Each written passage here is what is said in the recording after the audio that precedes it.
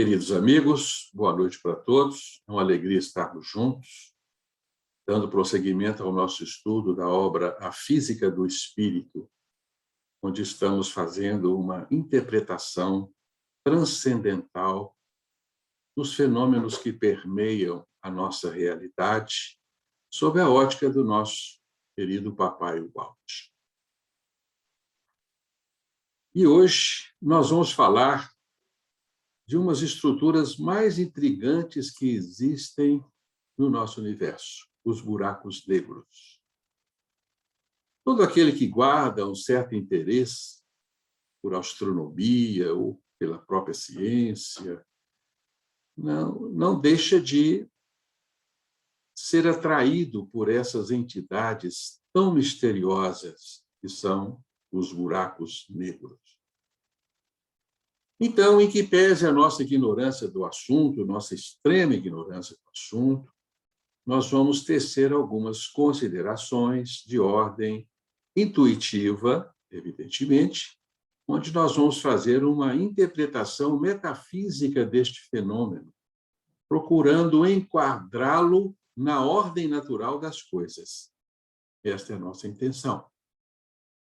Então, vamos a essa grande aventura de decifrarmos os mistérios cósmicos que estão ao nosso derredor. Quizá isso possa nos ajudar a entendermos a nós mesmos e a decifrar o grande enigma que nós mesmos somos, porque este é o grande objetivo da aventura da vida. O que são os buracos negros? Vamos primeiro falar um pouco do que a ciência nos diz a respeito desse fenômeno. Vamos nos recordar que nós havíamos dito para vocês, nas nossas conversas anteriores, que as extraordinárias fórmulas da teoria da relatividade de Einstein demonstravam duas incoerências. Não sei se vocês se lembram disso. Uma incoerência é que as formas revelavam que o universo estaria em movimento, não seria uma entidade estática. Ou ele estaria se comprimindo ou se expandindo. E em 1929, com os estudos do Hubble, o astrônomo norte-americano, terminou se constatando a realidade das fórmulas. O nosso universo está subordinado a uma estonteante expansão em meio à qual nós estamos. Então, constatou-se que as fórmulas diziam a verdade. Como é interessante, né? Que um sujeito munido de perquisições matemáticas, ele chega a descobrir uma realidade antes mesmo que ela seja constatada por qualquer outro instrumento ou observação do homem. É interessante, né? E a matemática é um fantástico, um fabuloso instrumento de pesquisa do universo, exatamente porque o universo é matemático.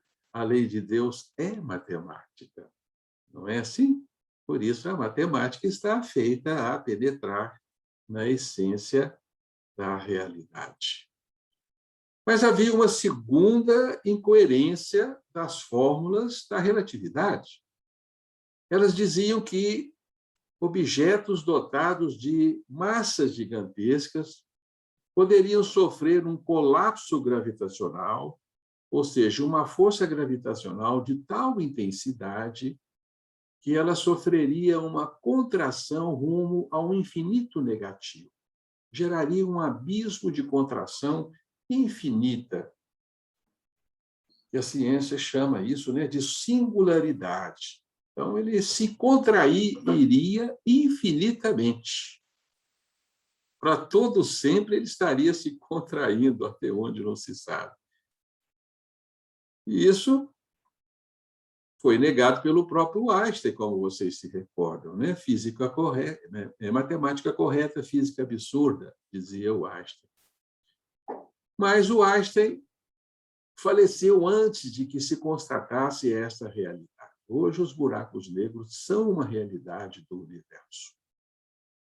Hoje a ciência sabe que estrelas gigantes, que possuem mais de 20 massas solares, alguns estudos falam em 30 massas solares, ou seja, gigantes, estrelas gigantes, imensas, elas vão se contraindo, se contraindo, se contraindo, a tal ponto que elas reduzem o seu volume, aumentando intensamente a sua intensidade, e sofrem o chamado colapso gravitacional. Elas se transformam em buracos negros. Por quê? Como a gente sabe, todos os corpos atraem outros corpos, né, pela força gravitacional. E todos os corpos têm a chamada velocidade de escape. Então, a Terra tem uma velocidade de escape, né? 11.000 metros por segundo, se não me engano. Quando um corpo atinge essa velocidade, ele sai da gravidade terrestre.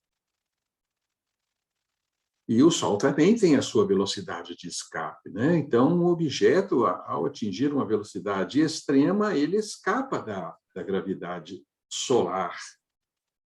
Mas um buraco negro tem uma gravidade tão intensa que, para que qualquer corpo escape dele, tem que atingir uma velocidade superior à da luz, o que é impossível. Então, nem a luz foge dele.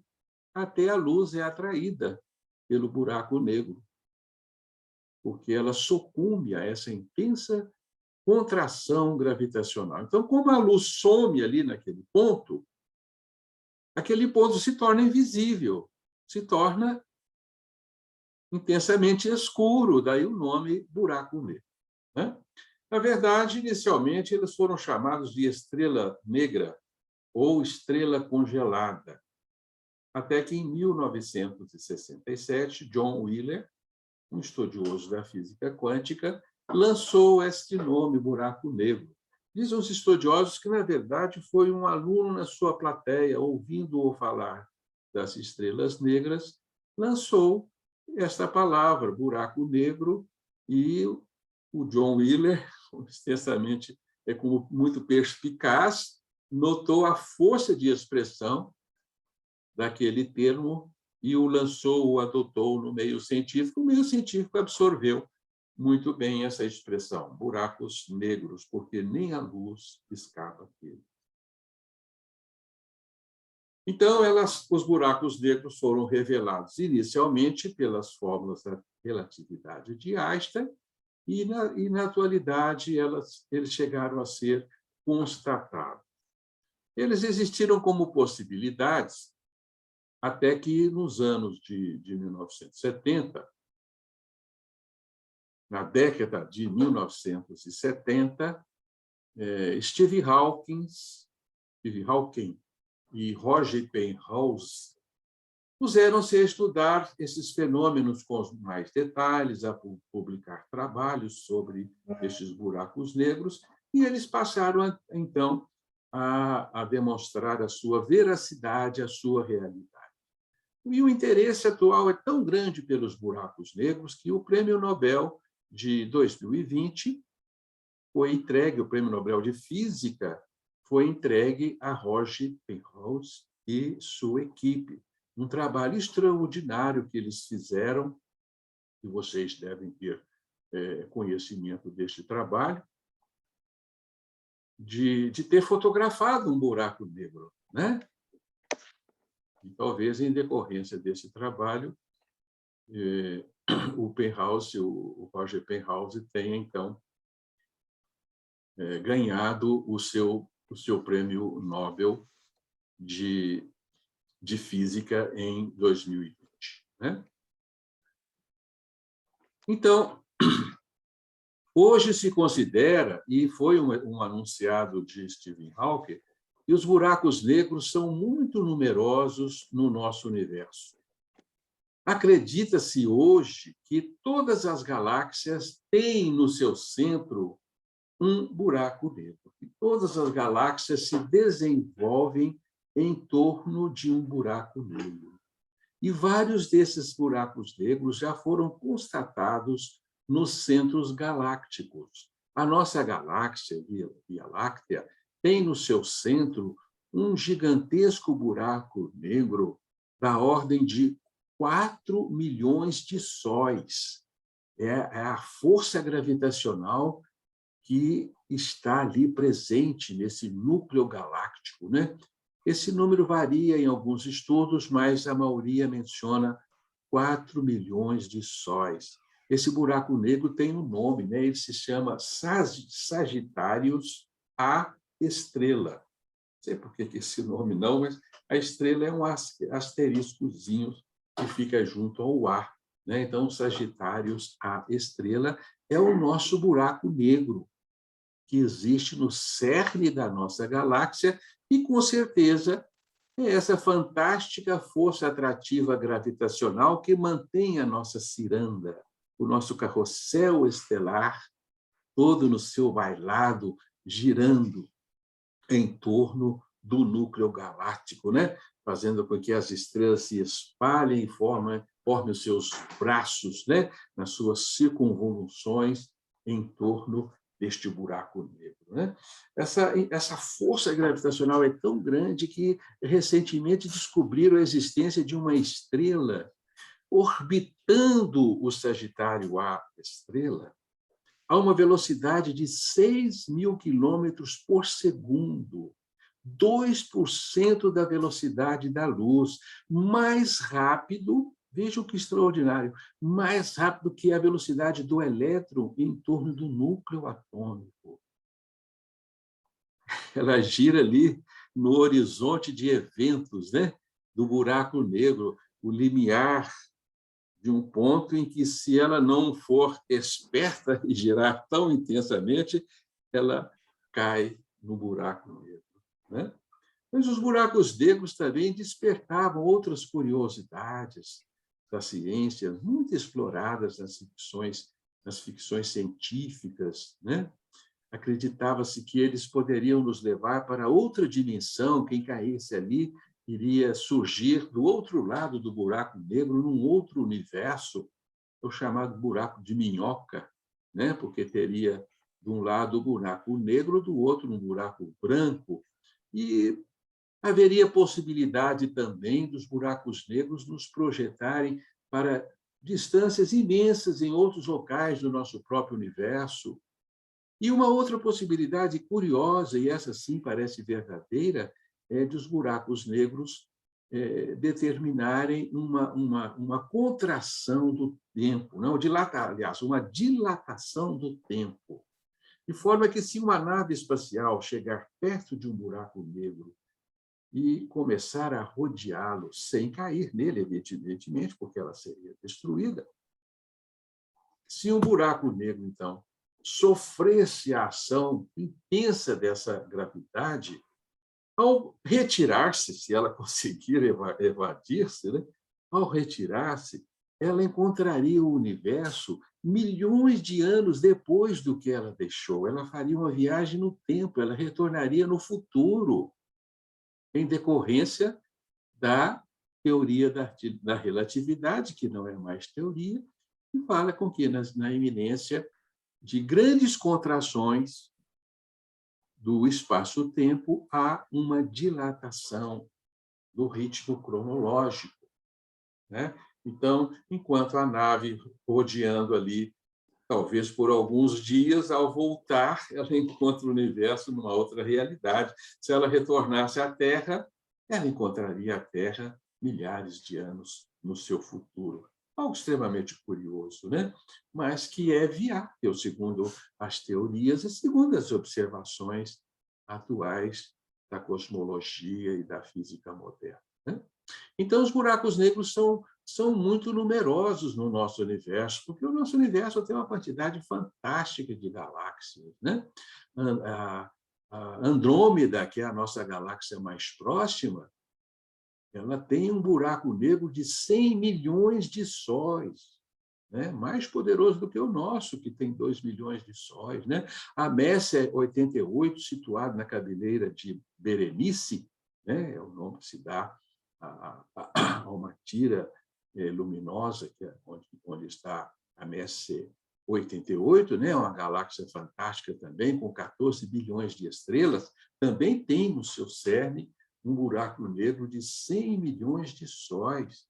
Mas isso não é nada. A Hércules A, que é uma galáxia gigantesca, tem um buraco negro da ordem de 2,5 bilhões de sóis. Que coisa, né? Que maceração gravitacional intensa, que força estupenda está concentrada ali no cerne da Hércules A. Mas ainda tem mais, né? Retornando aos estudos de Penrose, né? Em abril de 2019, depois de 2 anos de estudo, foram reunidos 8 grandes radiotelescópios do mundo. Esses radiotelescópios fizeram fotografias simultâneas do centro da galáxia Messier, ou Messier, né? Messier 87, e conseguiram fotografar o seu buraco negro. Essa fotografia em raio-x, né? Não é visível a olho nu, né? Fotografia em raio-x foi colorida artificialmente por computador e apresentada para a nossa humanidade. Nós trouxemos essa foto aí, vamos mostrar para vocês, que é a primeira foto real de um buraco negro, né? Da Messier 87, situado a 53 milhões de anos-luz da Terra.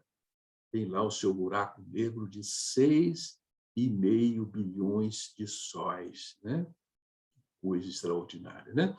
Então, os buracos negros, na verdade, são viveiros de estrelas, eles atraem, né? E eles mantêm toda a conjuntura gravitacional, toda a estrutura do edifício galáctico, né? Todas essas conjunções de sóis girando em torno das galáxias é decorrente, então, da força gravitacional desses sorvedouros negros, esses torvelinhos negros, né? O que nós podemos entender desses torvelinhos negros, né? Esses buracos negros? A nossa interpretação ela pode ser um tanto quanto assustadora, sabe? Porque nós vamos chegar a constatar que o buraco negro é o verdadeiro inferno do ser neste universo. É aí que nós situamos o inferno, né?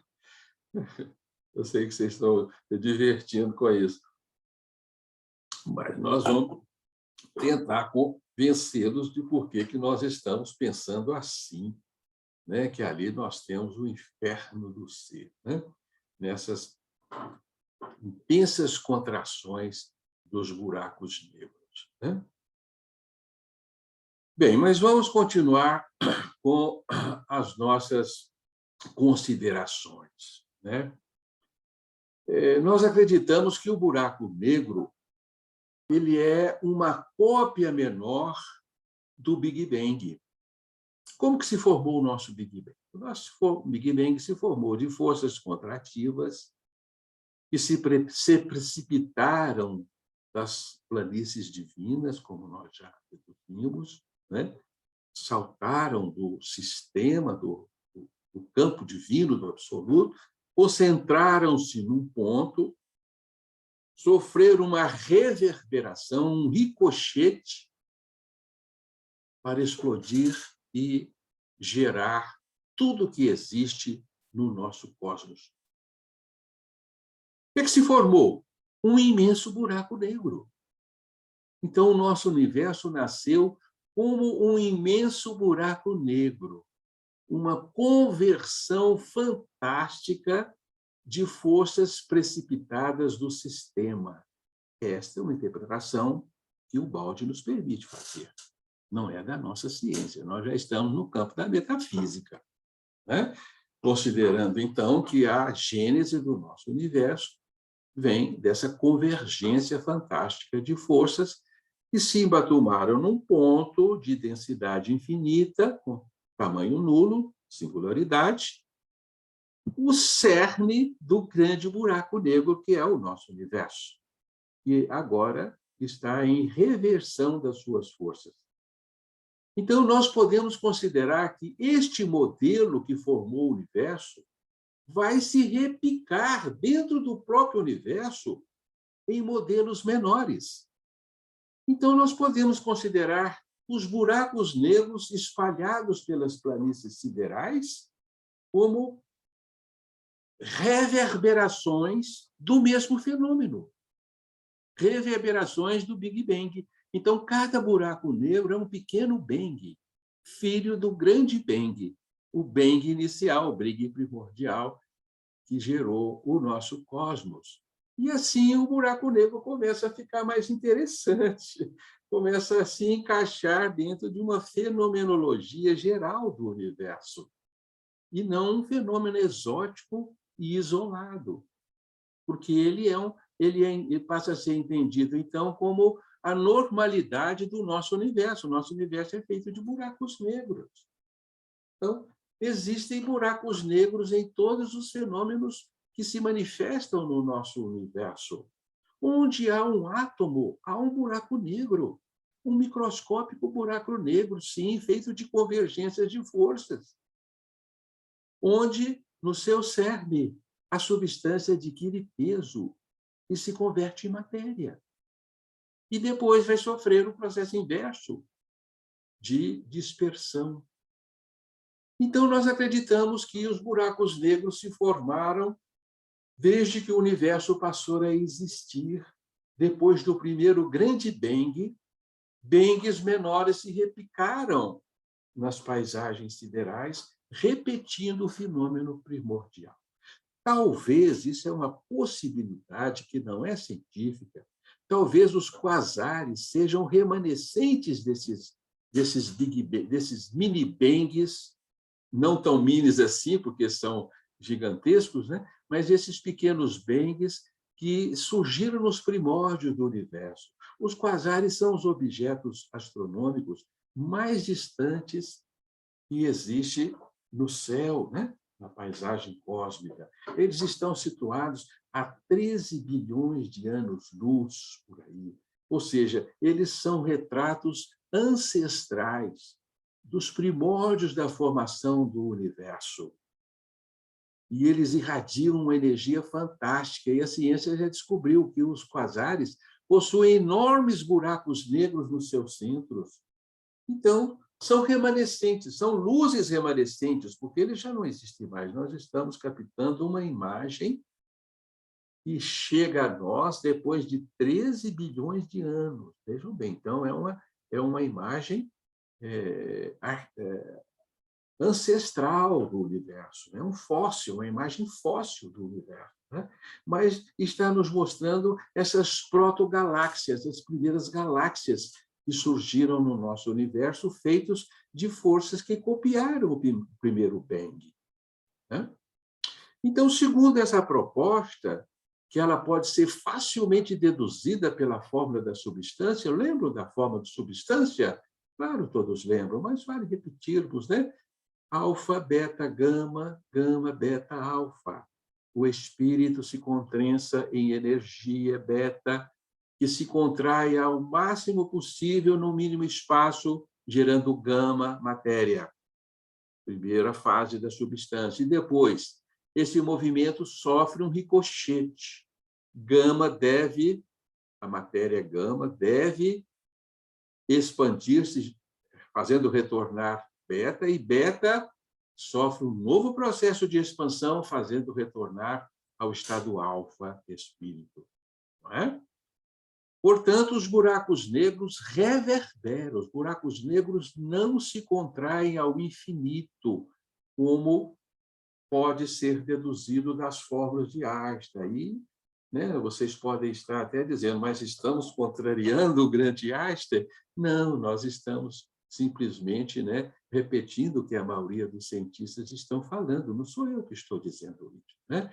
O Hawking estudou os buracos negros matematicamente e chegou à conclusão de que eles irradiam, de que eles não contraem infinitamente.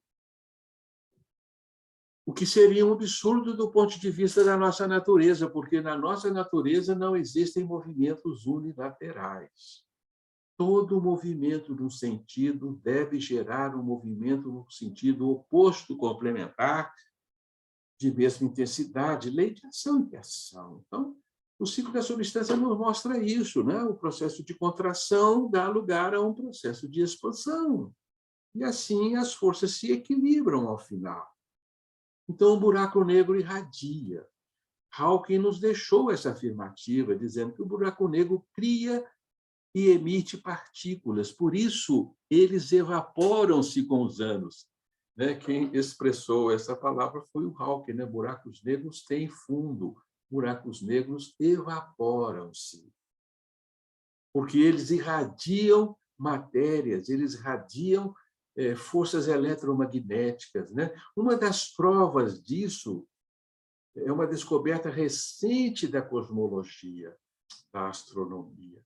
Descobriu-se que, próximo ao centro da nossa galáxia, existem estrelas maciças e jovens nas imediações do centro da galáxia.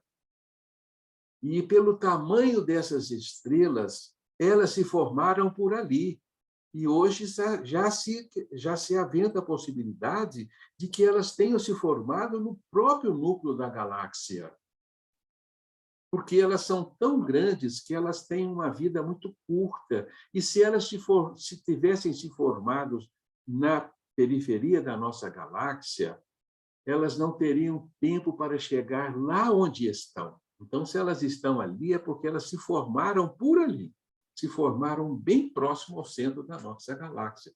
Então, a presença dessas estrelas maciças, bem próximo ao centro da nossa galáxia, fala a favor de que elas vieram do centro da galáxia. Portanto, o centro da galáxia é o núcleo genético de matéria cósmica. Essa é a conclusão que se chega, né? Estão funcionando como um Big Bang, estão expelindo matéria. Então, nós estamos levantando a hipótese de que os buracos negros fazem um eco do Big Bang. Eles reverberam as mesmas leis e as mesmas forças que geraram o nosso universo, as mesmas forças que geraram a matéria. Então, a gênese da matéria vem dessa mesma condensação de forças e expansão de forças. Então, nós encontramos no interior dos buracos negros ecos do primeiro impulso contrativo oriundo da queda espiritual. Estão sendo repetidos nos buracos negros. Então, os buracos negros são centros de convergência de forças, e forças que só podem ser espirituais, que estão sendo transformadas em matéria. É ali que o anjo vira átomo, vocês sabiam? No centro do buraco negro, ali. A luz vira sombra, e a sombra vira matéria. É ali que há a gênese da matéria. Ali é a prisão do espírito. Por isso, estamos dizendo que o buraco negro é o nosso inferno. É o inferno do ser. É lá que os anjos, segundo Pedro, né, segundo a carta de Tiago, é lá que os anjos foram presos e acorrentados, aguardando o juízo. Então, meus caros amigos, nós temos que o buraco negro é a face de Satanás. É o retrato de Lúcifer no nosso universo. E todo o átomo é uma repetição, é um pequeno Lúcifer. Vocês devem estar curiosos, né? Curiosos com essa interpretação, né?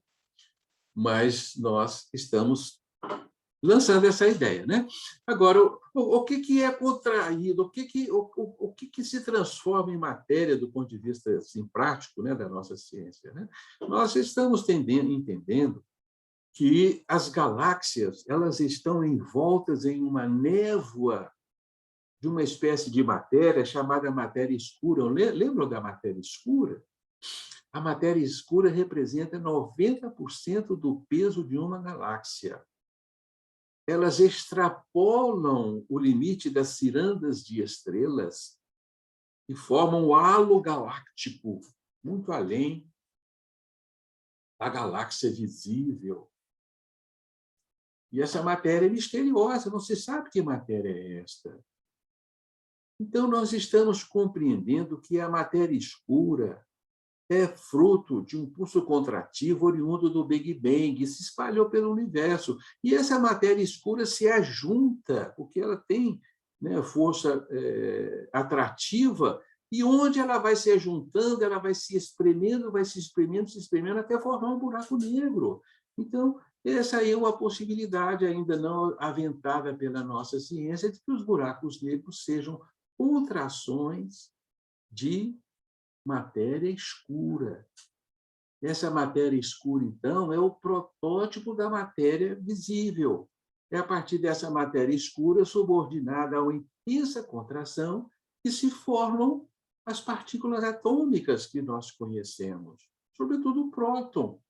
Portanto, essa matéria escura intensamente contraída nos buracos negros formaria o hidrogênio, né, que é o núcleo, é o próton, que tem o seu próton no seu núcleo, né, alimentando assim o universo com este elemento, explicando por que o hidrogênio representa 75% de toda a matéria bariônica, né, a matéria pesada do nosso universo, né?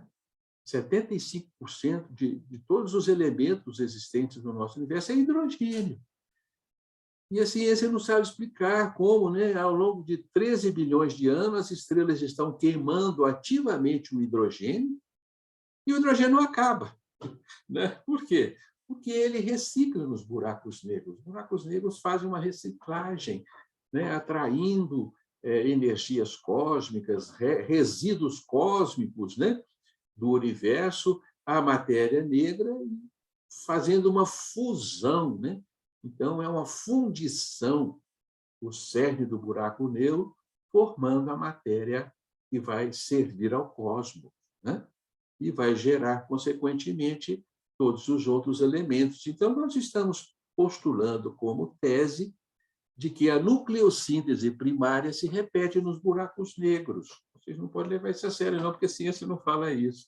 A nucleossíntese primária, segundo a ciência, se deu no Big Bang. Nos primeiros milésimos de segundo do nosso Big Bang, deu-se a nucleossíntese primária, quando se formaram os primeiros átomos leves, né? O hidrogênio, o lítio, o hélio, o lítio, o berílio, né? E somente até aí teriam se formado nos primórdios do nosso universo. Depois, com as fornalhas estelares, né, com as compactações do hidrogênio nas estrelas, é que teriam se formado os outros elementos da tabela periódica, né, os outros 92 elementos naturais da tabela periódica, o que se chama nucleossíntese secundária, né?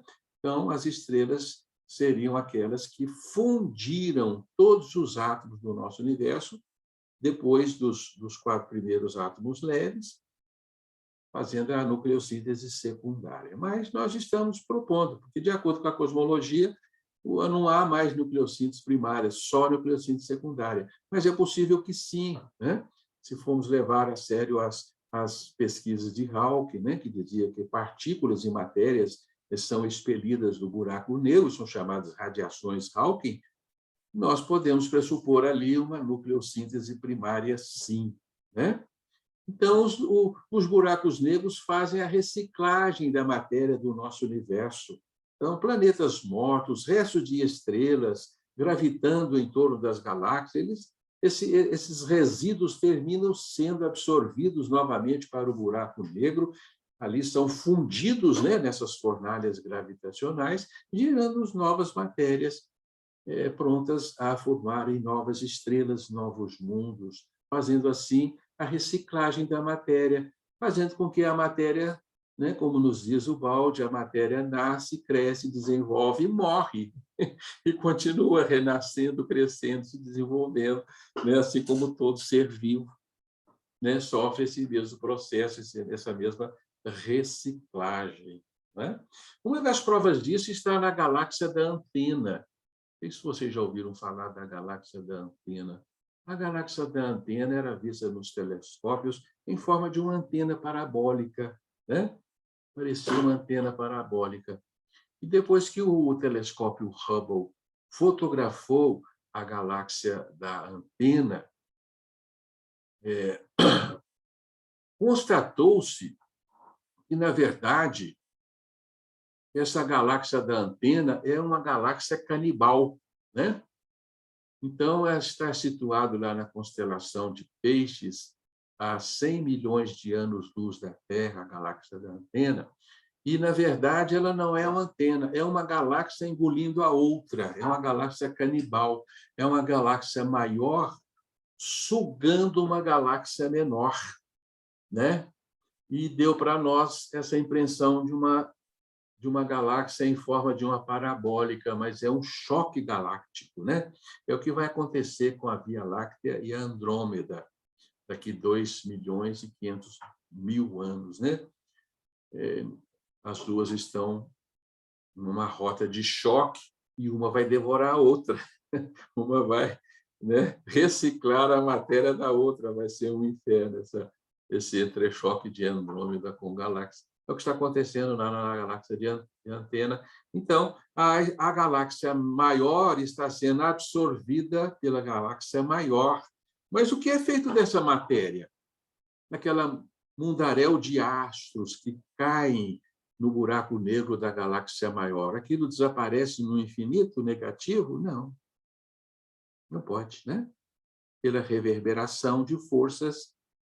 E é um item da lei divina, é necessário reverberar essas forças e devolver essa matéria reciclada em forma de hidrogênio, que vai formar outras estrelas, ou que será expelido pelos espaços e formar outras nebulosas, outras galáxias, não sei, né?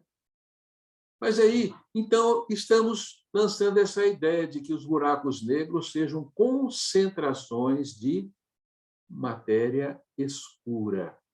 E aí nós lembramos de uma coisa curiosa, meus amigos. Nós nos lembramos do nebúlio. Vocês lembram do nebúlio de Ubaldi, mencionado na Grande Síntese, como um elemento existente e desconhecido no interior das estrelas? Um elemento precursor do hidrogênio, um elemento que integra as galáxias, as nebulosas, nebúlio. Nebúlio, então, para nós, na atualidade, é a matéria escura, que foi prevista, né, pela Grande Síntese, sabe? É bem provável que seja, e estamos também trazendo essa ideia para vocês, de que o nebúlio é o precursor do hidrogênio, é uma matéria invisível, não é uma matéria tal qual a gente conhece, ela não está formada por quarks, né, por partículas de massa tal qual conhecemos, mas é uma protomatéria, é o elemento que antecede a formação da matéria, e quando ela é contraída pelo colapso gravitacional dos buracos negros, a matéria escura, ela se torna, então, partículas de massa, né? E são expelidas do núcleo galáctico, né? Então, assim, nós estamos pressupondo que o buraco negro, ele copia, né, como disse, ele copia o Big Bang. E esse princípio, né, de contrair e expandir, vai se repetir em todos os fenômenos do universo. Uma estrela faz o mesmo movimento. Estrela é uma contração de nuvens de hidrogênio que vão expandir, né, numa expansão prolongadíssima de radiações, de luz e calor, até que ela explode e morre, né? É o mesmo fenômeno. Então, cada estrela é um pequeno Big Bang também, né? Uma semente não é um pequeno Big Bang? Claro que sim. É uma árvore que se contrai num ser minúsculozinho que, quando encontra condições favoráveis no seio da Terra, ela explode e vira uma árvore de novo. É uma explosão biológica. Quando nós vamos reencarnar, nós nos contraímos a uma unidade celular. O óvulo fecundado, né, o restringimento ou miniaturização perispirítica, né, faz com que o ser se converta nesse minúsculo indivíduo, ele se torna uma sementinha, uma pepitazinha, né, um grânulozinho de mostarda. E daí a embriogênese é um Big Bang, é uma explosão. O indivíduo, então, cresce vertiginosamente. Em 9 meses, ele se torna trilhões, né, de células. Isso é um Big Bang, é o mesmo princípio, o mesmo fundamento. E não é que o Stephen Hawking lançou essa ideia, e muitos não perceberam que ele fala disso. Ele tem um livro chamado Universos Bebês. E ele fala exatamente isso, que o buraco negro é um pequeno universo, é um universo bebê. Porque ali, no cerne, nova matéria é formada. Tudo cai ali, as forças espalhadas pelos rincões cósmicos são atraídas, né, nesse funil de convergência, e surgem ali novas matérias. Então, o buraco negro foi chamado por Stephen Hawking de universo bebê. Então, não é ideia minha, né? Não é coisa maluca da minha cabeça, não. Né? Essa ideia de que cada buraco negro é um mini Big Bang. Cada buraco negro é um pequeno universo, repetindo o mesmo fenômeno que gerou o grande universo. Então, é uma coisa menor dentro de outra coisa maior, idêntica a si mesma. Esse é o princípio do corpus hermeticum, lembram do corpus hermeticum, né? Que falava das suas 7 grandes leis, e uma das leis do corpus hermeticum dizia assim: o que está embaixo é cópia do que está em cima. Por isso, nós vamos identificar na galáxia um mesmo desenho de um buraco negro que gerou o grande universo. A galáxia é um pequeno universo, feito dos mesmos princípios, das mesmas leis, dos mesmos fundamentos. As estrelas repetem os mesmos fundamentos. São pequenos buracos negros e vão convergir matéria, espalhar matéria, formar os seus mundos, repetindo o mesmo fenômeno. E todos os fenômenos subsequentes vão repetir os mesmos princípios. O átomo será um mini buraco negro, mesma coisa. Né? De forma que nós temos, então, no universo, uma estrutura, chamamos de fractal, porque a estrutura menor copria a estrutura maior. É uma estrutura menor dentro de outra maior, dentro de outra maior, dentro de outra maior, dentro de uma gigantesca estrutura final, todas elas idênticas a si mesmas, todas elas repetindo o seu desenho, os seus princípios, os seus fundamentos, né?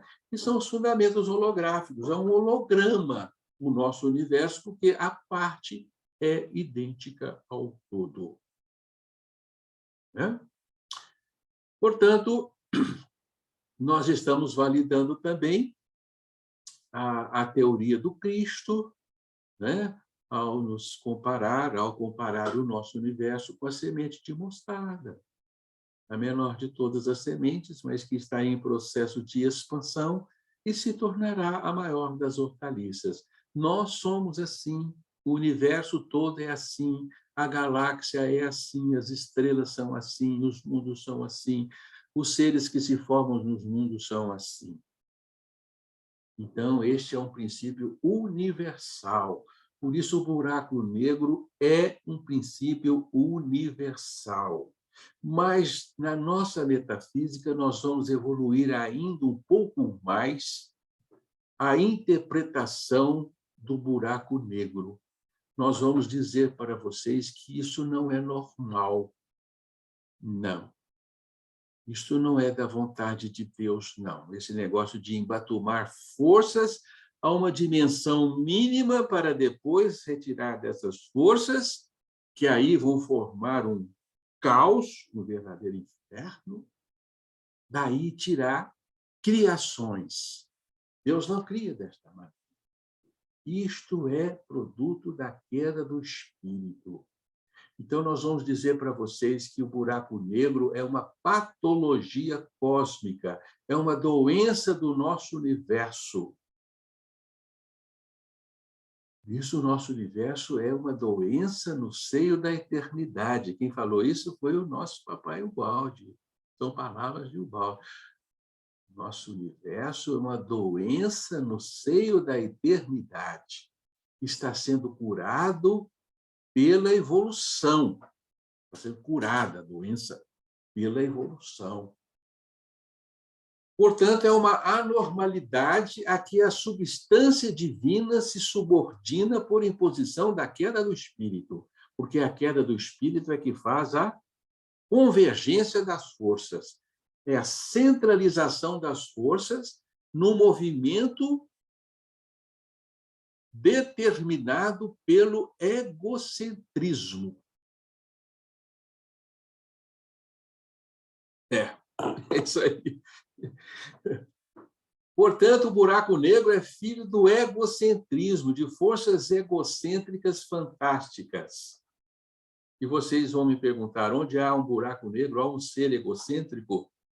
E eu sou levado a pensar que sim.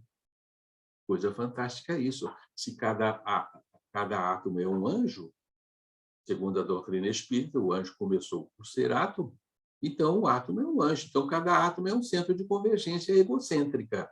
É produto do egocentrismo intenso de um anjo. Então, é um movimento patológico. É um movimento de retirada do seio divino. Então, no mundo divino, no universo perfeito, não existem buracos negros. É um absurdo, evidentemente. Buraco negro existe no nosso universo, na dimensão espaço-tempo, representando as nossas patologias. E o que a evolução está fazendo? Está nos libertando da prisão. E nós caímos, que é a prisão do buraco negro. Todos nós caímos no nosso próprio buraco. Nós somos um buraco negro, representado pelo nosso intenso egocentrismo. A gente não se dá conta da enormidade da nossa força egocêntrica. Ela é tamanha que ela aglutina essa quantidade de átomos que eu sou, né? Átomos pesados, em torno do meu eixo. É uma força egocêntrica, vocês sabem disso, da qual nós precisamos nos libertar para viver na realidade divina, para nos tornarmos infinitos. É o que nos torna finito, é o que nos afastou do reino do Senhor, nos tirou, né, do campo divino, nos precipitou nessa realidade, exatamente a força egocêntrica, que é uma força satânica, completamente satânica. Né? Eu sei que vocês podem estar um pouco abalados com isso, sabe? Mas, para mim, agora, buraco negro é o inferno do ser. É o cerne de formação máximo da matéria. É o ponto de maior concentração da queda. Então, eu considero o buraco negro o fim da queda. A queda termina no buraco negro. Se vocês me perguntarem onde termina o infinito negativo do nosso universo, e nós vamos conversar disso no nosso próximo encontro, que será na próxima quarta, nós vamos falar das fronteiras do infinito. Então, nós estamos considerando que o fim do mundo está no ponto de singularidade do buraco negro, que não é mais um ponto de singularidade. Porque há aí um limite, o limite de Planck, que é a mínima dimensão do espaço possível existir no nosso universo, do valor de 10 a menos 33 centímetros. Não consegui imaginar o tamanhozinho disso, não. É tão pequenininho, mas é tão pequenininho que é a menor distância existente entre dois pontos. Né? 10 a menos 33 centímetros. É 10,330. Né? Espaço de Planck. Aí termina o nosso universo. Este é o limite do buraco negro. O buraco negro não passa do limite de Planck, porque a física quântica, com seus postulados, proíbe ultrapassar esse limite. As flutuações quânticas, né, determinadas pelo princípio de incerteza de Heisenberg, proíbem que essa diminuta distância seja ultrapassada. Então, este é o fundo do buraco negro. É aí que essas forças intensamente contraídas vão se reverberar para gerar a matéria, para gerar o nosso universo, para se expressarem na nossa realidade. Né? Então, este é o fator etiológico essencial que gera a prisão da matéria, que prende o espírito na matéria. Eu chamo isso de nó cósmico, onde o espírito adquire peso e se converte em massa.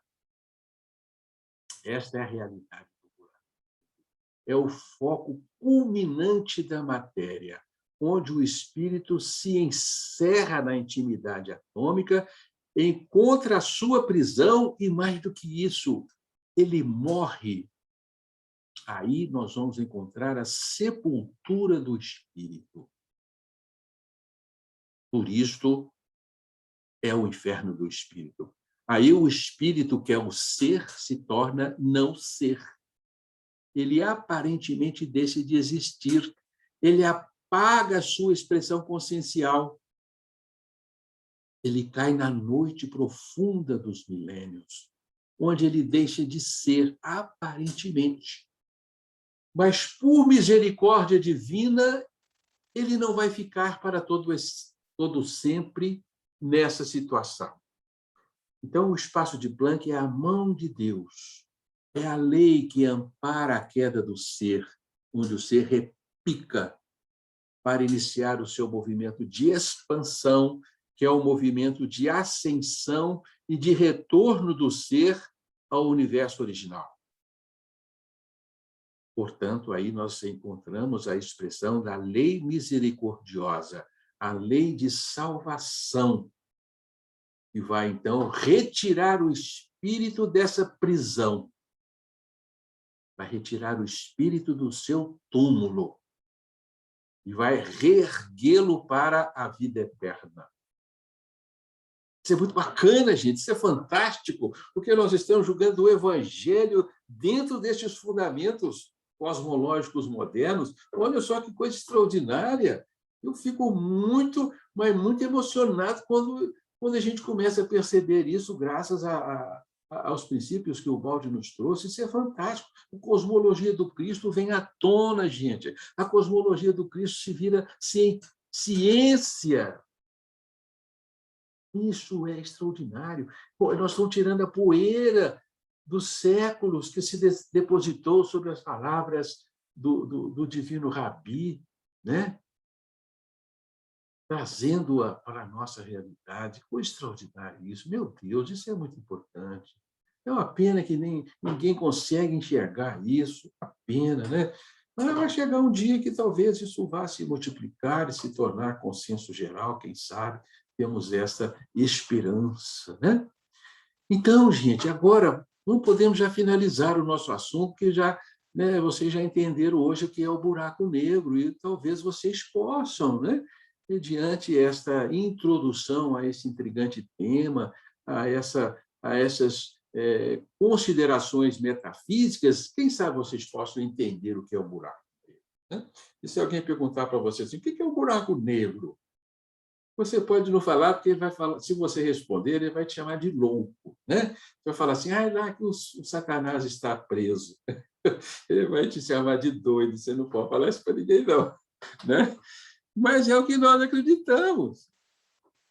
Onde estamos presos, né? É aí que Satanás caiu do céu como um raio e se prendeu. Mas tem mais, gente. Vamos lá para o Gênesis mosaico, versículo 1º, capítulo 1º, versículo 2º. O que a gente encontra lá, gente? Algo que nos passou despercebido. No início, o mundo era vazio e sem formas. Olha que interessante. O universo nasce do vazio e do informe.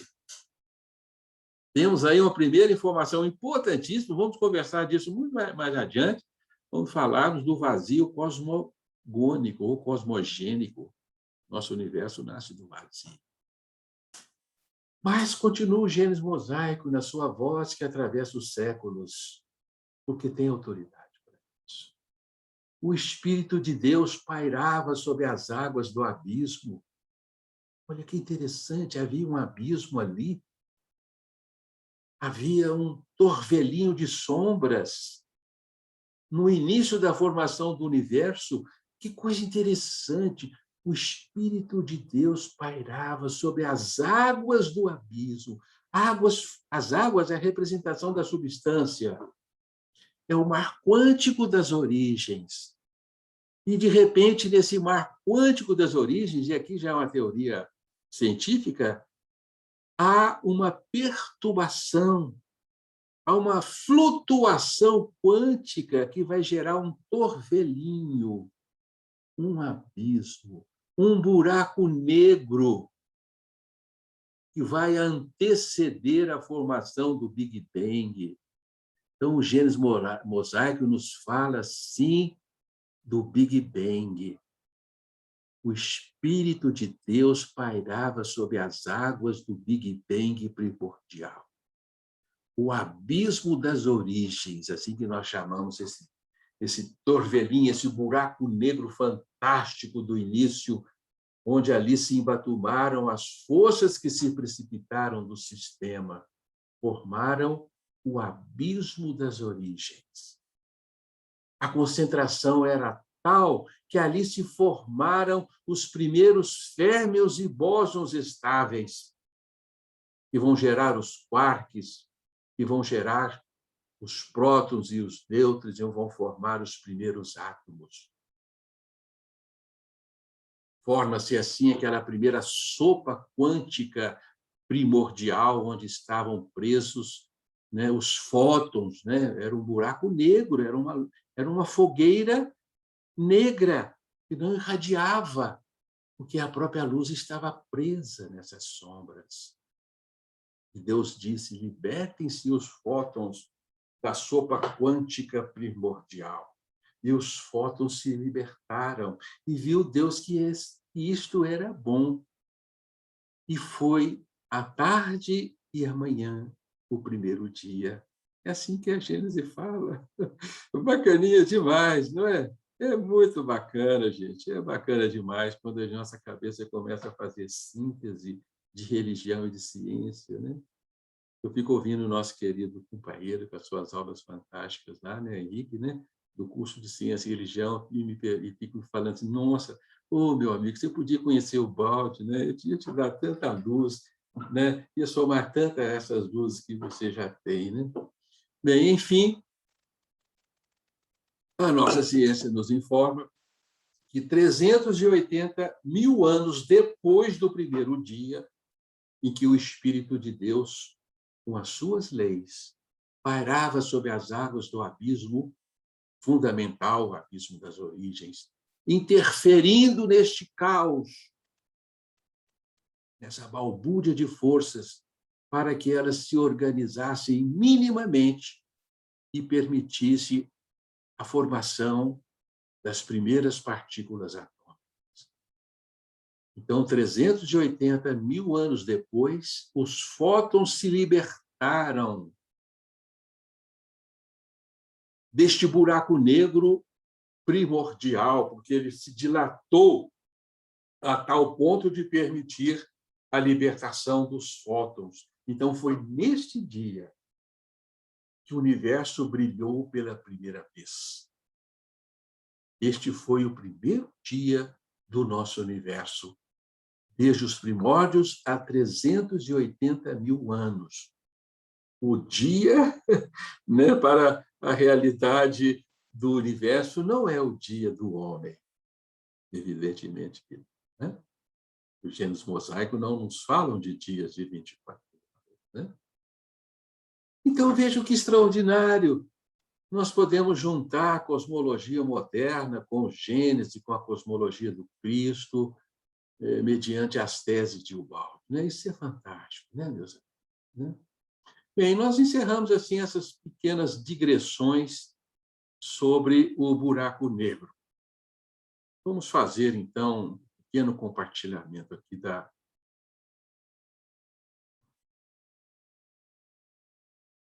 do nosso PowerPoint. E, graças a Deus, nós estamos hoje com um computador mais esperto do que o outro, sabe? Eu troquei com a minha patroa, graças à minha esperteza. Ela está com o meu acanhadozinho notebook, eu estou com ela. Então, aqui, olha, nós temos a fotografia do buraco negro que foi tirada em 2019. Quem quiser ver essa história, tem lá no Netflix, um seriado muito bacana, infelizmente eu esqueci o nome do seriado, e que conta a história dessa fotografia, anos de pesquisa, né, dos astrônomos, dos cosmólogos, dos físicos, para chegar a essa fantástica primeira fotografia de um buraco negro. Por favor, deliciem-se com essa fotografia, porque ela é fruto de muita pesquisa, 2 anos de pesquisa, né? 8 telescópios ao redor da Terra para fazer esse registro, né, desse fantástico buraco negro, né? E nós já falamos dele, né, que está lá na Messier, ou Messier, né, não sei como é que se fala, na Messier 87, Messier 87, a 53 milhões de anos-luz de nós. Para quem não sabe o que é anos-luz, né, procure saber, é uma medida de distância astronômica fantástica, né? E aí está o monstro de 6,5 bilhões de sóis. Coisa fantástica, né? E, enfim, nós temos aqui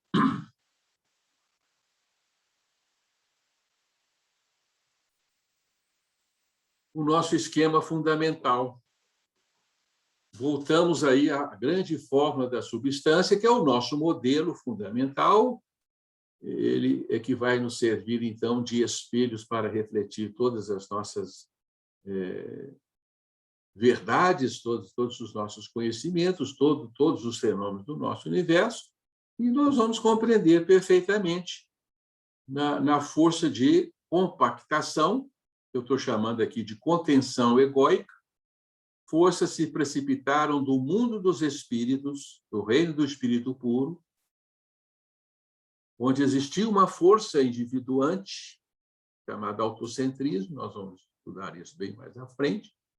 Essa força vai se converter em egocentrismo, e este movimento faz com que essas forças se precipitem do reino do espírito puro, formando o campo do espaço-tempo, gerando aqui o buraco negro primordial, o abismo das origens. Aqui se refere o nosso Moisés no seu Gênesis, né? Gênesis capítulo 1, versículo 2. Aí está o buraco negro, o abismo nas águas fundamentais sob o qual o Espírito de Deus pairá.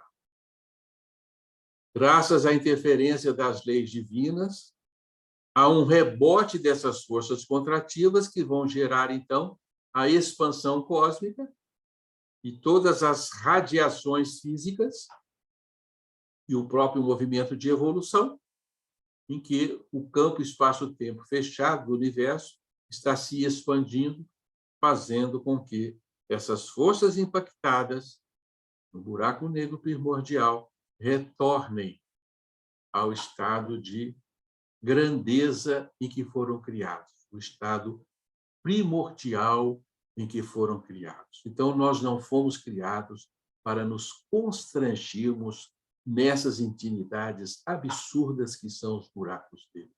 Isto é uma patologia da queda. Já explicando para vocês que esse primeiro movimento aqui é o movimento de queda, o movimento alfa, beta, gama. Espírito, energia, matéria é um movimento de queda. É esse movimento que vai gerar buracos negros em todas as suas expressões, desde expressões atômicas, microscópicas, a expressões cósmicas hoje encontradas no centro das galáxias. E agora nós estamos mediante a lei salvadora, a lei de evolução. Estamos, então, num processo de desfazimento de buracos negros. Os buracos negros vão deixar de existir, vão devolver ao espírito a sua plenitude, a sua excelsitude, a sua grandeza, que é uma grandeza infinita. Então, amigos, encerramos assim esta nossa conversa de hoje. Pode ter sido assim bastante estrombótica, né? Um tanto quanto inesperada, talvez, né? Uma conversa assim muito esquisita, mas é o que me ocorre trazer para você. Foi o que nós tivemos a intenção de escrever no capítulo Abismos Negros. Espero que tenha sido compreensível o texto, esse livro ainda pode sofrer alguma interferência, de forma que estamos abertos aí a críticas e a sugestões. Então, vamos agora abrir o nosso espaço, o nosso espaço egocêntrico, né? Vamos compartilhá-lo com vocês, né, em comentários ou perguntas, se é que eu posso responder alguma coisa.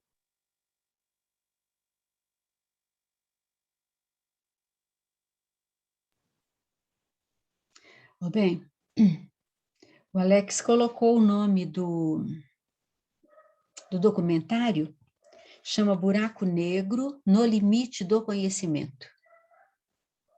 Bacana, gente. Anotaram aí? Eu assisti esse documentário, achei muito bacana. Repete para nós, meu bem. Buraco Negro... Está escrito aqui no bate-papo. Ah, tá. Buraco Negro no Limite do Conhecimento. No Netflix. Isso. Muito bem. Eu quero só fazer... pode falar.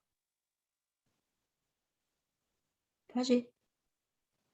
Ao assistir o filme, em um determinado instante, um pesquisador aparece de costas. Eu acho que é o Roger Penrose, não tenho certeza. E ele mostra aqui no cucuru da cabeça dele o redemoinho típico, né, da distribuição dos nossos pelos. Ele mostra o seu redemoinho em torno, né? E, nitidamente, até tirei uma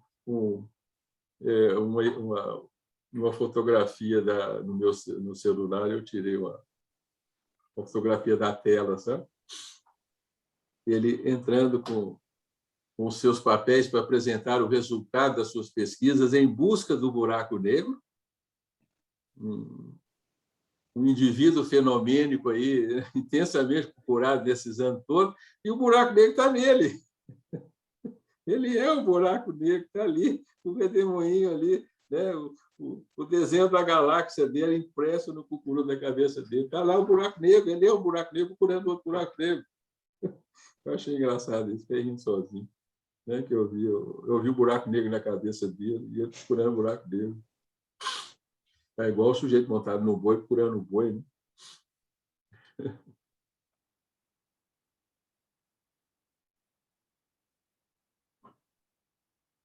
Desculpa aí, eu estou falando demais. O tempo é seu. O Alexandro fez um comentário. Cadê ele? Alexandro, você quer você mesmo falar? Quer que eu leia? Oi, Sônia, posso compartilhar aqui com vocês aqui? Por Não, favor, então. Foi só um comentário aí, Gilson, né? Você estava falando aí desses números astronômicos, né? O buraco negro que tem aqui na nossa galáxia de 4 milhões de sóis e aí outros buracos negros de outras galáxias. E aí eu só comentei aqui no chat aqui do grupo aqui, como esses números astronômicos me remetem à grandiosidade de Deus, né? Quantos milhões de sóis equivaleria aí a grande alma do universo, né? É uma coisa assim impensável, né? Inimaginável para a gente. A gente não consegue imaginar nem o que é um buraco negro que equivale a 4 milhões de sóis. Então, você ficar tentando imaginar esse ser supremo é uma coisa absurda, né? Mas foi só um comentário mesmo, nenhuma pergunta específica, não. Comentário muito bacana, Alex. É de se perguntar de onde que vem essa extraordinária força. Isso veio do nada. Por que a ciência não se verga humildemente à existência dessas fantásticas potências existentes no nosso cosmos? Né? Tem razão, Alex. Né? É força demais, é potência demais para você entregar isso a uma gênese do nada. É muito poder, né? Você dá um vazio ou um nada, isso vem de uma poderosa criação mesmo, você tem razão, né? A gente nem consegue imaginar o que é isso, né, Alex? Porque, você falou 4 milhões, né? Eu escrevi 2 milhões porque o Stephen Hawking menciona 2 milhões, outros autores falam 4 milhões, né? Carlos Rovelli fala 4 milhões, o Brian Greene também fala 2, então há uma divergência aí, mas é muita coisa, a gente não consegue imaginar o que é isso. Você falar de 1, 2, 3, 4 bilhões de sóis, você não consegue imaginar o que é isso, não. É incomensurável esses valores, né? Você fala em milhões e bilhões, você não consegue imaginar o que seja. Uma coisa fantástica mesmo, você tem razão. É da gente se vergar com humildade a essa grandiosidade.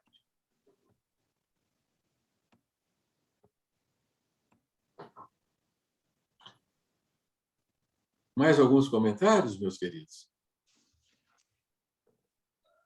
Tem uma pergunta da Marinês. Marinês, você quer fazer a pergunta? Quer entrar aqui? Quer que eu leia?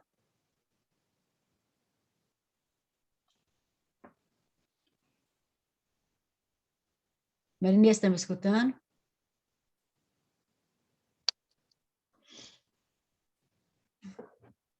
Deve estar no mudo, né? Ela tá sem vídeo, né? Ela pergunta assim, logo quando você fala dos 4 milhões, do buraco negro com 4 milhões de sóis, ela pergunta assim, olha, seria a força egocêntrica um aborto de Deus? É uma boa expressão, hein, minha querida? Eu nunca havia pensado nessa expressão, não. Mas não foi Deus que abortou, foi o próprio feto que se retirou do útero divino. Com toda certeza, Deus não ia fazer isso, não ia expulsar ninguém do seu amoroso seio. Então, é difícil falar aborto de Deus nesse sentido, né, de que o próprio Deus tenha abortado. Eu acho que foi o ser que ali estava que rejeitou o útero paterno. Engraçado falar de útero paterno, mas é assim, né? E nós, aparentemente, nos retiramos de lá. Então, nós nos abortamos. Seria melhor dito, né? Mas é uma palavra forte, é uma expressão forte, e nós não podemos remeter a Deus, tá? Você pode falar aborto de Deus, mas não foi da vontade de Deus, em absoluto. Nenhuma mãe aborta o seu filho. Bem, infelizmente, existem casos assim, né? Infelizmente, mas em condições de normalidade, na vigência do amor, nenhuma mãe aborta seu filho, nenhum pai abortaria também seu filho, na vigência do amor, né? É isso, Marília. Obrigado pelo seu comentário, viu?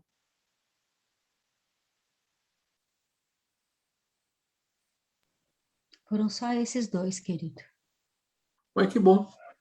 Não, Alex está aqui. Alex está aqui. Ah, tá. Só um minutinho. Então, vamos lá. Alex, entra aí e faz você mesmo verbalizando. Olá, tudo bem? Meu querido Alex. Então, eu coloquei uma citação, Gilson, do livro do Guido Tonelli, que acabou de ser publicado, né? Ele foi um dos descobridores do bóson de Higgs, né? Naquele super projeto do acelerador de partícula, né? Do livro Gênesis, né? Do livro Gênesis, né? Universo em 6 dias, é algo assim. E eu coloquei essa citação aqui, porque logo que eu li a aula, né? Inclusive, eu quero agradecer e parabenizar, porque o livro Física do Espírito está muito bem explicado e realmente pouca dúvida fica para pro dia, né, hoje da exposição, porque assim o leigo consegue entender bem esses conceitos complexos, né, da física, né, como o buraco negro, mas está muito bem destrinchado, então realmente ele está bem acessível. E dentro dessa tese aí, né, que foi levantada, dessa intuição de que os buracos negros aí são os grandes nascedouros, né, das galáxias, eu coloquei nos comentários aqui um trecho do livro dele, né? Se você me permite, eu leio, onde ele, assim, a semelhança do que você colocou na Física do Espírito, ele também diz que os buracos negros aqui muito provavelmente são os grandes construtores das galáxias, né? Ele fala assim, a massa de Sagitário, lá num trecho pequeno do livro, né? A massa de Sagitário A Estrela de fato enorme, mas palidece diante da massa do buraco negro de NGC 4261, uma galáxia da constelação de Virgem. O gigantesco objeto tem 1,2 bilhões de massas solares. Este é, sem dúvida, um caso extremo, mas já é uma convicção corrente que quase todas as grandes galáxias contêm no seu núcleo um desses buracos negros supermassivos, com massas que vão de milhões a bilhões de massas solares. Em suma, parece mesmo que sem a presença desses simpáticos monstros, não é possível construir esses objetos maravilhosos que são as galáxias. Configurações dinâmicas da matéria que permanecem estáveis numa escala de bilhões de anos. Então, eu só trouxe esse comentário porque a gente vê que realmente os pensadores, né, os pensadores da atualidade e também do passado, né, estão se voltando para entendimentos parecidos, né? Caminhando para essas conclusões. Não são minhas essas conclusões, né, Alex? Então, realmente foi assim, muito interessante, né? Eu nunca tinha ouvido falar, né, sobre o buraco negro nessa perspectiva, né, do nosso do Centro Genético de galáxia, né? O centro genético, né? Centro Genético das galáxias, né? E realmente acreditamos aí que em breve aí a ciência vai estar confirmando essa tese aí. Era isso. Bacana, Alex. Eu agradeço aí. Você leu um texto aí bacana, brilhante mesmo, né? É sinal de que está caminhando para um consenso, né? De que os buracos negros cumprem esse papel. E ele fala de simpáticos monstros. Eu não sei se são tão simpáticos assim, né? É um baita eufemismo, né? É demais. É uma tempestade. É um furacão, né? Um verdadeiro furacão, né? Meu Deus. Um furacão de forças, um turvelinho imenso de forças. E, na verdade, é um centro de sombras, um centro de trevas, né? E deve ser uma agonia, né? Para quem se vê envolvido num trem desse. Né? Mas eu agradeço muito pela sua leitura, fantástico, né? E eu havia lido isso, eu li isso há muito tempo no livro Universo dos Bebês, de Stephen Hawking, né? Eu fico me perguntando por que a ciência não deu o prêmio Nobel para ele, né, Sô? Devia ter dado, ele merecia, né? Ele que fez esse enunciado, porque até então, até Stephen Hawking, acreditava-se que o buraco negro puxava infinitamente, nada saía do buraco negro, nada voltava dali, né? Era uma queda num abismo infinito. O que era uma... Pode falar. Ele fala também naquele livro O Universo numa Casca de Nós, né? Ele também fala, eu li há muitos anos, né? Fala sobre os buracos negros, né? Eu achei um livro complicado, mas ele fala isso também. Ele era fascinado com buracos negros, né? O Stephen Hawking, né? Ele tinha um verdadeiro fascínio pelos buracos negros. Mas, enfim, ele nos deixou em 2018 sem o Nobel. Né? E 2020 foi o companheiro dele, ganhou, né? Penrose. Se ele tivesse vivo, talvez ele tivesse ganhado também junto com o Penrose, não sei. Não sei se existe prêmio Nobel pós-mortem, não sei se... Não, de qualquer forma, merecia, né? Merecia, né? As radiações Hawking, né? Foi a descoberta dele, né? E ele descobriu isso pela matemática. Nós estamos falando aí de conjecturas. Se você olhar a fórmula da substância, você, claro, descobre o que é o buraco negro e descobre que o buraco negro tem fundo. Evidente, né? E hoje nós estamos afirmando que o buraco negro tem fundo por misericórdia divina. E se a lei misericordiosa não tivesse amparado o espírito na sua queda, a queda seria infinita. Nós iríamos cair para um infinito negativo. Seria a nossa dissolução. Seria o retorno da substância que nos individua ao manancial de origem, manancial divino, desfazendo a nossa individuação. Nós morreríamos como um eu sou, filho do eu sou maior. Então, meus amigos, no buraco negro a gente quase morreu, viu? nós estivemos lá. Não temos memória para isso. É impossível ser uma memória arquetípica, uma memória inalcançável pela memória humana. Mas um dia, na realidade do eterno, quando nós evoluímos e abandonarmos a pequenez em que nos prendemos, nós vamos nos lembrar, com certeza. Nós vamos nos recordar. E aí sim houve o ranger de dentes. Aí sim nós nos prendemos em furnas avernais, onde somente podia chegar a misericórdia de Deus. Nada mais alcançável, senão o amor do nosso Pai por nós.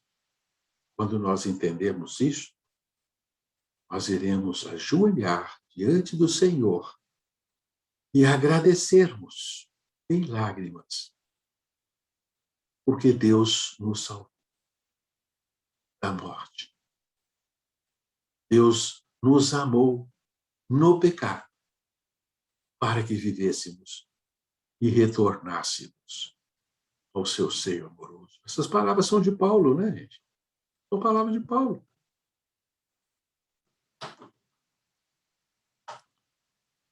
Eu fico emocionado com isso, desculpa, viu, gente? Essas coisas me emocionam. As minhas confabulações aqui em casa, junto com a minha querida esposa, de vez em quando eu me pego em lágrimas, meditando nessas coisas. Né, meu bem? Acho que nós não podemos parar, né? Eu vou parar a gravação. Não, bem, peraí. Oi. Tem 3 questões. Tem 3 O Jorge questões. da Venezuela, o Jorge da Venezuela levantou uma questão que ele escreveu. A Sônia Leal, nessa ordem, tá? A Sônia Leal também quer fazer uma pergunta, e o Mário Denver também, Danner, né? Desculpa, Mário. E o Mário Danner está com a mãozinha levantada também. Então, tem 3 pontos agora. Então, vamos lá. Jorge, você quer fazer a pergunta? Quer que eu leia para você? Você quer abrir seu vídeo, seu áudio? Boa noite. Muito obrigado. Boa noite, Como vai Jorge. você? Seja bem-vindo.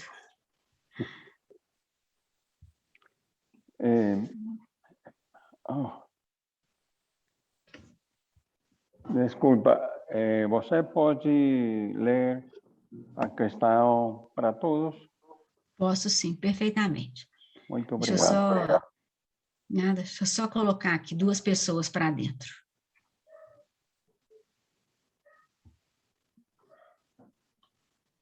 Ok. Sebastião está entrando agora. O Jorge pergunta, Gilson, vou ler a pergunta. Nosso Senhor Jesus também fez parte do processo da queda ou desceu mais tarde para nos ajudar a voltar ao seio de Deus?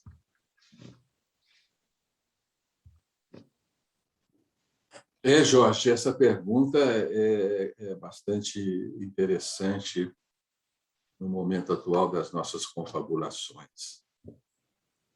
E nós não temos certeza, Jorge. Eu não tenho certeza, eu não sei dizer para você com certeza. O que sabemos, sim, é que Jesus também participou da queda, como tese que o Baldi propõe no livro O Cristo, livro Cristo, o último que ele escreveu antes de partir. Ali ele deixa claro que Jesus foi também um espírito caído, passou pelo mesmo transe que todos passamos. Eu venci o mundo, dizia ele, né? Não teria razão para vencer o mundo se ele não tivesse caído. Ele se chamava o Filho do Homem, ou seja, o homem pronto, o homem acabado, o filho da evolução. O homem é o produto da evolução, segundo o Pastorino. O filho do homem é o homem pronto, o homem acabado, o homem que transmigrou por todas as etapas da evolução até atingir o seu ápice. Então, se ele fez esse movimento, ele foi também um espírito caído. Isaías nos fala da estrela da manhã que se precipita do céu na terra. No Apocalipse, Jesus fala, eu sou a estrela da manhã, e nos deixa embasbacado. Mas coisa, será que o Cristo é o próprio Lúcifer? Não dá para entender uma coisa dessa, né? É um dos Lúcifers. Existem infinidades de Lúcifers, é possível, mas ainda não sabemos isso, sabe, Jorge? Infelizmente não, sabe? Se Jesus caiu junto conosco, se caiu depois, se caiu antes de nós, e não tem como responder isso para você, não. O que eu modestamente, né, que o meu intelecto, o meu raciocínio no momento me leva a concluir, é que a queda foi conjunta, foi uma só, porque ela se deu fora do tempo. Não poderia existir uma queda um tempo, mais um pouquinho, depois outra, depois outra, depois outra, porque isso pressupõe a existência do tempo na realidade divina, e no universo divino é um presente eterno. Então, não poderia haver uma queda sequenciada. Não entendo como é que é isso, né? Há um processo de hierarquia da queda, que a gente não sabe, mas, para mim, ela se deu num tempo só. Forças embatubaram num ponto só do universo para explodir. É o que também me dá uma coerência, né, para a intensidade dessa força, né, que se movimentou nos primórdios do Big Bang para gerar a realidade cósmica hoje, né? Se houvesse uma sequência, um caía hoje, outro caía depois, outro caía depois, outro caía depois, não seria possível isso, né? Mas eu não sei se cada núcleo galáctico é uma nova queda que se deu naquele instante, depois da grande queda inicial. É possível também, não sei, sabe, Jorge? Não sei, sabe? Infelizmente, meu irmão, eu vou ficar te devendo uma resposta para isso. E vamos só abrir-nos à intuição para que a gente possa caminhar na estrada da evolução e uma hora entender, uma hora a gente vai entender, porque ainda não temos cabedal, né? A nossa razão não suporta ainda uma série de informações a respeito desses fenômenos que se perdem nas noites dos tempos, né? Então, não saberia dizer para você, né? O fato é que Jesus voltou antes de nós e está nos ajudando também a voltar, né? Vou prepararmos o lugar, né?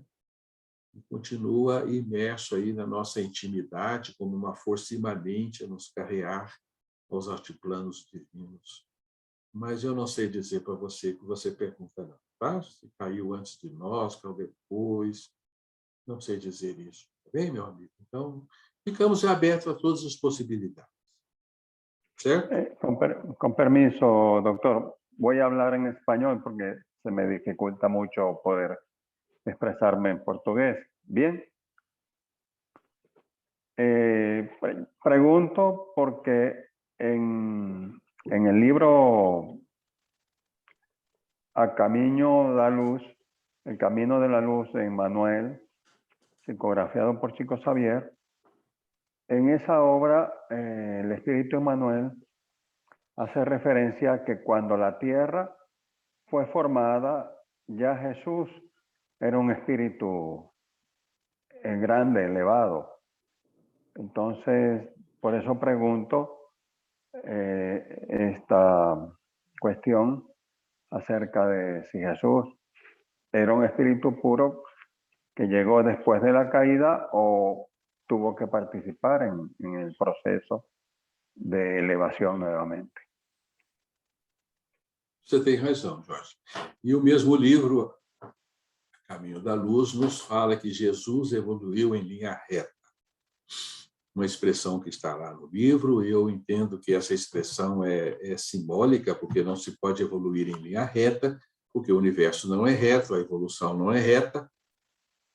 A evolução é feita de ascensões e quedas, é uma espiral pulsátil, então ela não é reta, né? Mas a expressão linha reta quer dizer grande rapidez. Eu interpreto assim. Uma evolução sem grandes atropeços, sem grandes quedas, e a gente pode sofrer grandes quedas ao longo da evolução. E o Cristo não, né? Então, ele teve uma evolução muito mais rápida do que a nossa. Então, eu vejo o Cristo apenas como alguém que evoluiu muitíssimo mais rápido do que nós. atingiu o cimo da evolução neste universo, aí sim ele passou a nos cuidar. Aí sim ele, como um espírito angelical de grande magnitude, poderia ter presidido a formação da Terra, poderia ter encaminhado a nossa humanidade para as reencarnações sucessivas no planeta como um diretor, o governador da nossa humanidade, né? Então, é possível que todos tenhamos caído juntos, mas o retorno se faz em distintas velocidades. E Cristo evoluiu de uma forma rapidíssima, então não podemos pressupor que o Cristo tenha reencarnado nem mesmo na Terra, tenha feito a sua evolução nem mesmo na Terra, porque ele é anterior à Terra, antes do mundo ser, eu já era, diz ele no Evangelho, né? Então, ele já era um espírito magnânimo antes da Terra se formar. A Terra se formou há 4 bilhões e 500 milhões de anos, a idade do nosso planeta. E tivemos aí 9 bilhões de anos para que muitos espíritos pudessem evoluir em outros mundos, em outros sistemas solares, atingir a plenitude da evolução, enquanto nós, nesse tempo todo, estivemos dormindo na rocha. Estivemos num estado de inconsciência, até que nos despertamos para a vida, na melhor das hipóteses, há 3 bilhões de anos, né? Então, para mim, o Cristo é alguém que despertou muitíssimo antes de nós, viu, Jorge? Isso é possível admitir isso com certa lógica, tá bem? Não que ele tenha caído depois. Se ele tivesse simplesmente caído depois, o seu retorno não seria antes do nosso. Então, ele evoluiu em linha reta, digamos assim, e nós, por vias tortuosas, demandamos muito tempo na evolução. Ok, muchas gracias, muito obrigado. Dá para entender assim, Jorge? Dá para satisfazer momentaneamente a nossa razão? Certo. Vamos ficar com essa informação por enquanto, né? Por enquanto. Existe outra possibilidade, né, Jorge? Alguns aventam essa possibilidade de que Cristo tenha caído no nível angelical, não caiu como homem, não caiu na matéria bruta, como angelical. Bem, é uma possibilidade que, para mim, ela rompe um pouco a ordem do universo, sabe? Ele caiu como uma entidade muito superior a nós, e, a partir daí, ele faz o seu retorno. É uma possibilidade, eu não posso afastá-la, não, sabe, Jorge? Aí ele não teria participado da nossa própria, de uma evolução tal qual nós participamos. Aí ele não teria por que ele vencer o mundo, né? Aí ele não teria passado por todos os estágios que passamos. Tá bem, Jorge? Está bem, Mas graças. eu agradeço a sua presença amiga entre nós, viu, meu irmão? Obrigado. O seu castelhano é belíssimo, né? Meus ouvidos, então, é maravilhoso. E é muito fácil de entender, creio que todos entendem. Muito obrigado por estar conosco, né? Estar conosco nessa aventura de decifrar um pouco dos mistérios, né? O nosso Sebastião está entrando e saindo, está com algum problema, né? Aí, né? Ô, Gilson, só para eu entender aqui, você consegue ver que a Sônia e o Mário estão com a mão levantada? Consigo. Okay. Vamos abrir espaço para eles. Só para a gente poder ir se organizando, tá bem. Eu não sei porque quem você está mesmo primeiro. pode organizar. Mas eu não sei quem está primeiro. Oi? Eu não sei quem abriu primeiro. Foi Tá. o Mário, né? Foi o Mário. Não, no chat foi a Sônia. Ela colocou que queria fazer uma pergunta. Então, vamos lá, Sônia. Querida Sônia Leal.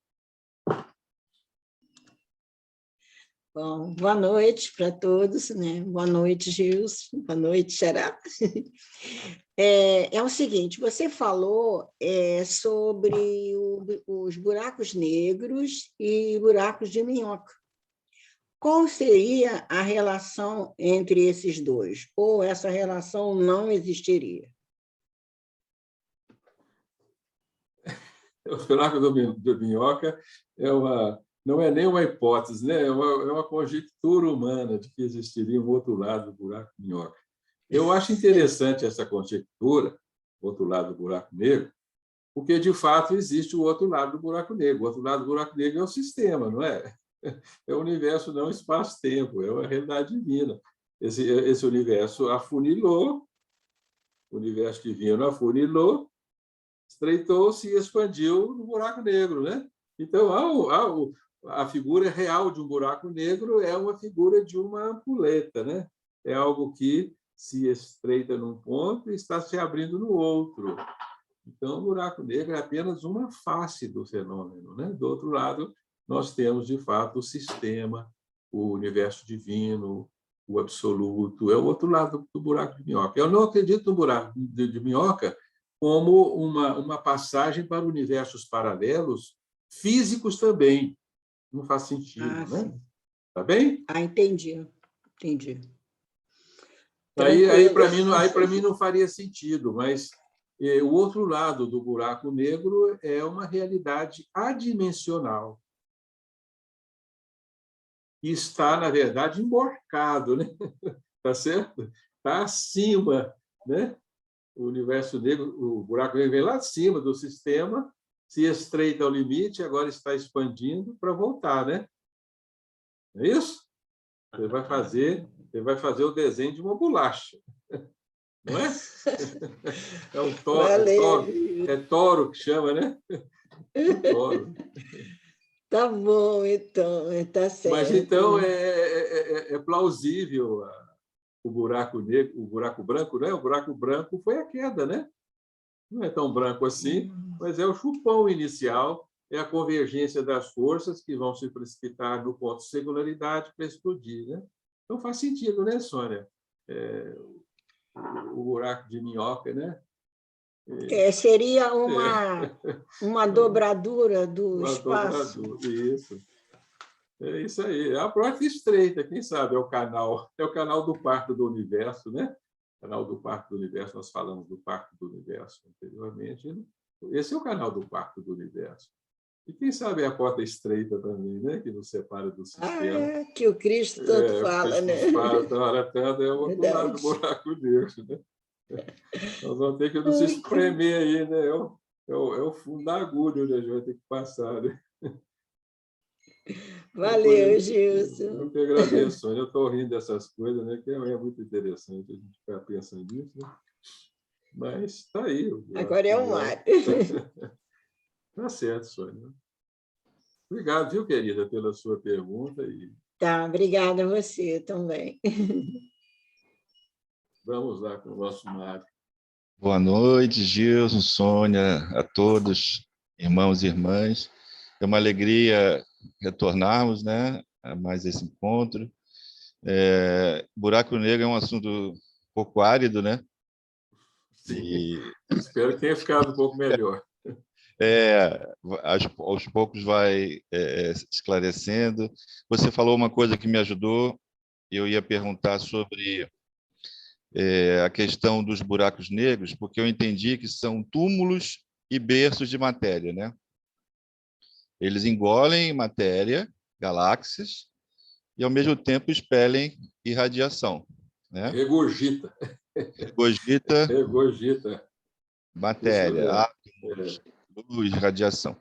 Agora, essa matéria que é formada não são novos espíritos que estão caindo, né? Você falou que não são. Não são. Essa era uma dúvida. Se os buracos negros seriam ainda berço de espírito que estejam ainda em queda e que estariam se tornando energia, enfim, matéria. Isso aí você já tinha falado. Agora, olha, pode falar. Qual é o fim desse ciclo? Quando que esses buracos negros vão parar? Em que momento de engolir matéria, né, e regurgitar essa matéria, e o universo vai chegar ao fim, né? Quer dizer, quando a gente imagina que não há mais matéria, ou todos em estágio de evolução conseguiram atingir o retorno ao reino dos céus, e os buracos negros, qual seria o fim deles, né? Em que momento eles parariam esse ciclo, que é um ciclo de respiração também deles, né? De contração, expansão, talvez. Isso mesmo, Mário, é um ciclo de contração e expansão, é a própria expressão do respiro do universo, da forma da substância. É evidente que sim, né? Eu não saberia te afirmar com certeza se são espíritos que estão caindo de novo no buraco negro, ou simplesmente uma reverberação da queda. Eu sou levado a crer que seja uma reverberação da queda. Nos ciclos de contração e expansão, o espírito, né, que caiu profundamente, ele reverbera a sua queda nos mini Big Bangs, que são os buracos negros, que são repetições de queda. Então, são pequenas quedas dentro de uma queda maior. Mas eu acho que o espírito que torna a cair num buraco negro, ele está reverberando uma queda já acontecida, não a primeira queda. Porque, para mim, se essa queda está se repetindo, ela está ocorrendo no tempo, né? E aí eu fico com certa dificuldade de aceitar uma queda progressiva no tempo, ou seja, quedas sucessivas acontecendo no reino divino, como se Deus estivesse criando sempre espíritos e espíritos caindo permanentemente. Alguns pensam assim, mas eu acho que isso não é muito próprio da inteligência divina, não, sabe? Acho que não. Seria muito compatível com a realidade divina, mesmo porque Deus cria num presente, então é uma criação estanque. Poderia estar criando sucessivos filhos e submetendo esses filhos a outras quedas menores dentro, né, de uma queda maior. Então, eu acho que o buraco negro é uma reverberação da primeira queda, simplesmente isso. Tá? Me acomodo melhor com essa dedução, mas alerto a vocês. Temos que estar aberto, porque a nossa razão ainda é insuficiente para um perfeito esclarecimento destes mistérios. Né? Não sabemos ainda. Né? Mas o que me fala mais ao coração e ao intelecto é que é uma repetição da primeira queda, uma reiteração de uma queda menor. Porque nós vamos ver que nós reiteramos a queda permanentemente na nossa vida. Cada encarnação nossa na carne é a reiteração de uma queda. Emmanuel fala isso lá no livro, o livro, como é que chama o livro, gente? Agora me esqueci do livro de Emmanuel. Redenção, não, como é que chama? Me lembra aí, por favor, o livro de Emmanuel, que fala da... Caminho da Luz? Não, não. Emmanuel? Não, oh, meu Deus. Emmanuel mesmo? Eu estou ficando ruim de memória. É o espírito Carlos, né, que reencarna, e ele fala isso, né, quando ele vai reencarnar, né? Renúncia. Renúncia, oh, meu Deus do céu, desculpa, né? Lá em Renúncia ele fala, né? Fala.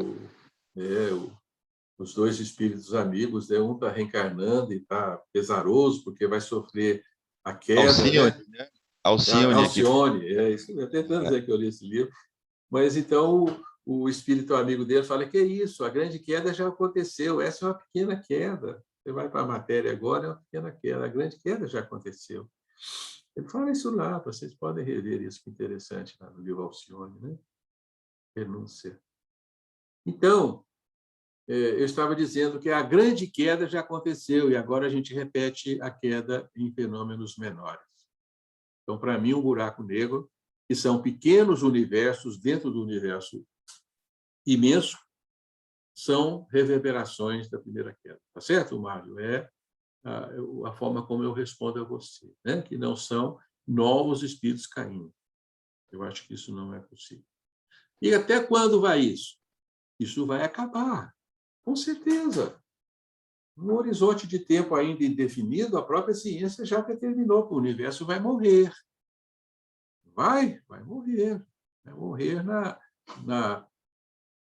no esgotamento de todas as suas energias, no zero absoluto e na apatia de toda a movimentação fenomênica. Tudo vai cessar à medida que o universo está se expandindo e se esfriando. ele está se direcionando à sua morte. As leis da termodinâmica falam disso, né? Da entropia. Então, o universo está morrendo com o esgotamento de todo o seu transformismo dinâmico.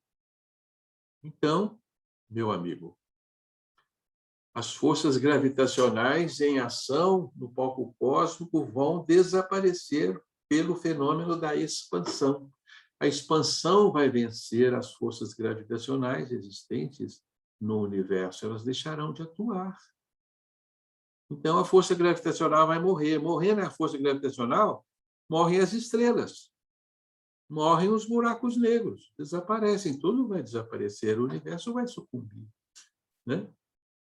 Mas não será a extinção do universo, será a sua transmutação do estado matéria e energia em estado espírito. Então, tudo no universo vai retornar ao estado de essência pura. Isso é muito bacana, isso é fantástico para nós, né? Por isso o nosso Balde falou, não restará neste universo um átomo sequer. Os átomos se desmantelarão. O próton vai decair. As forças que embatumam o próton vão se desfazer. A matéria vai retornar ao seu estado originário de imponderabilidade e existirá como tal. Então, o nosso universo vai morrer na imponderabilidade. Isso é fantástico, meus amigos. Isso é fantástico. O mal vai deixar de existir. A morte vai morrer. Quem falou isso é o Apocalipse de João. Será a morte da morte, né? A morte será lançada no fogo do inferno, fala lá o Apocalipse, né? É fantástico, é isso. Some a morte. Desaparece a matéria, que é o indicador da morte do espírito, desaparece a morte, né? Então, é isso, meu amigo. Os buracos negros estão fadados a se evaporarem para sempre, né? E quem falou que eles evaporam e desaparecem foi o Hawking, né? O Hawking falou, eles evaporam. Eles vão desaparecer para sempre. É da lei que a matéria não seja eterna. Perfeito, Gilson. Muito grato. Obrigado, hein? Muito obrigado. Nós já demos 2 horas, acho que está na hora de acabar, não está? Não fica muito extenso, né? Já é 9 horas. Você falou comigo que você se dava conta da mãozinha levantada. A Sônia quer falar de novo. Então, vamos lá, Sônia. É jogo rápido, porque você falou que, bom, partindo desse princípio que nada escapa ao buraco negro, né? Nem a luz, né? E se o outro lado do buraco negro é o sistema, para onde vai essa luz? Tudo que entra no buraco negro volta para o sistema, né?